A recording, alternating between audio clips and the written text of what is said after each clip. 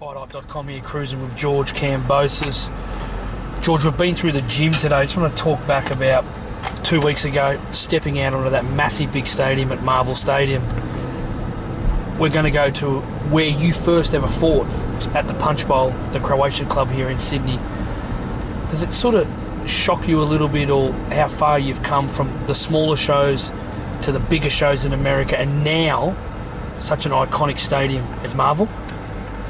No, not really, because I knew that with all my hard work and my dedication and discipline to this sport that I love, that I'd get to the top. I'd get to these big mega stadiums and these big arenas. But this has been no easy ride.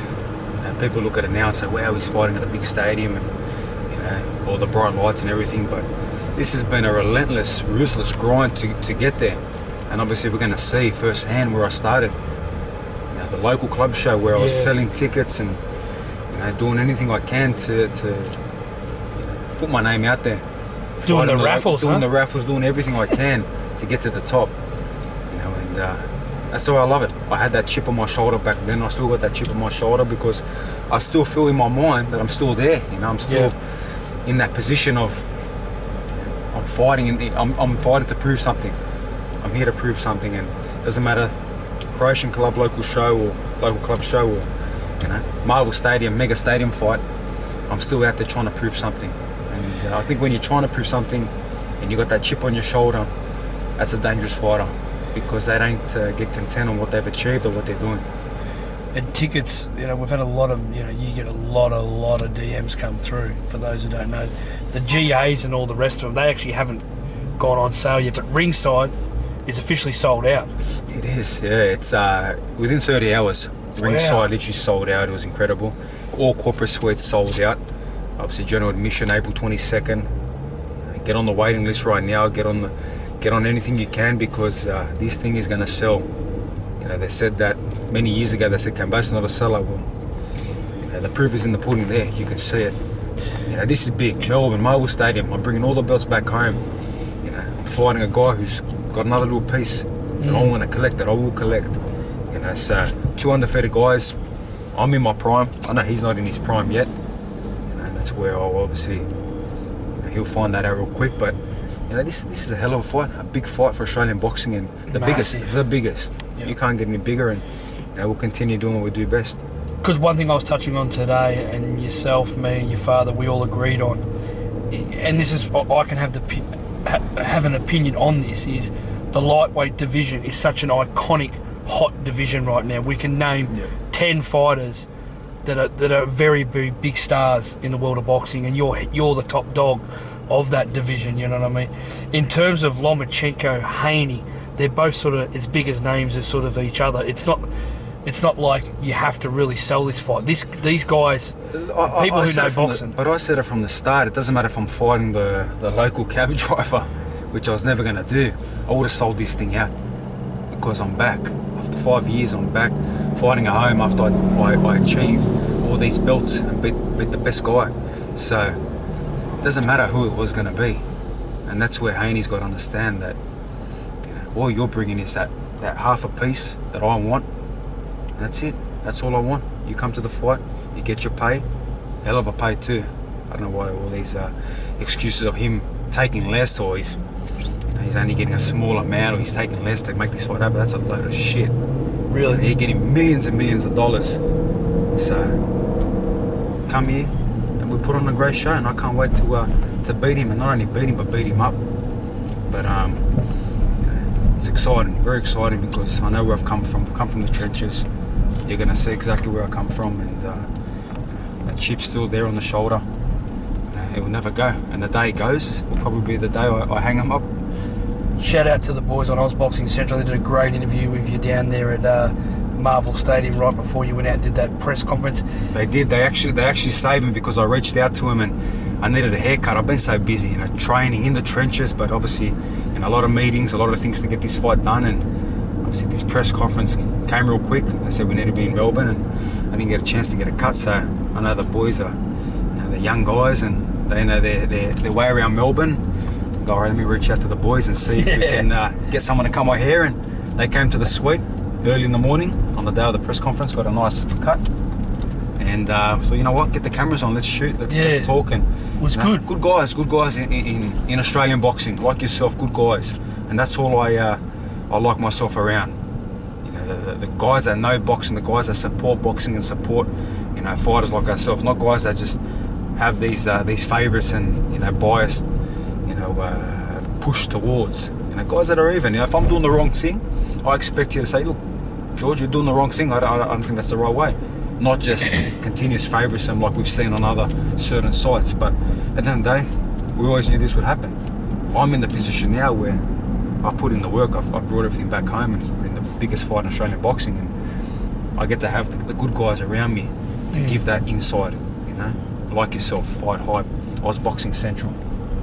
Yeah, because it's been funny, George, the last probably 6 months. The digital drive.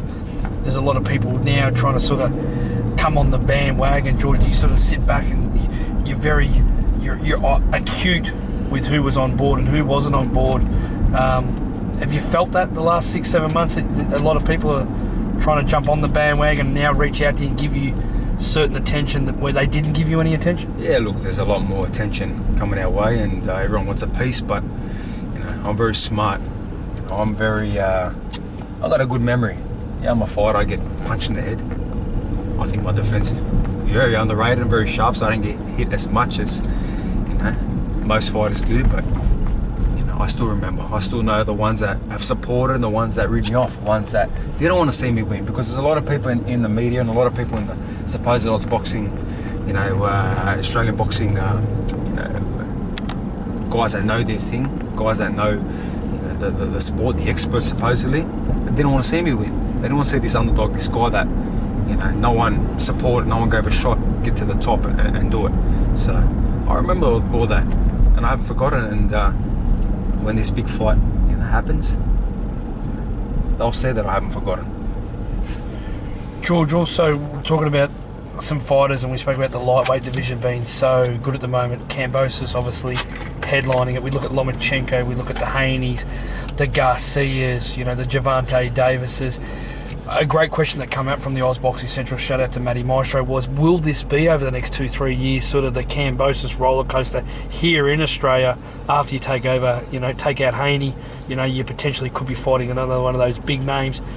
They're all stars. There's so many, we can even rattle off more. There's about 6 of them. Is that your plan? That's the plan, and I stay focused on Devin Haney.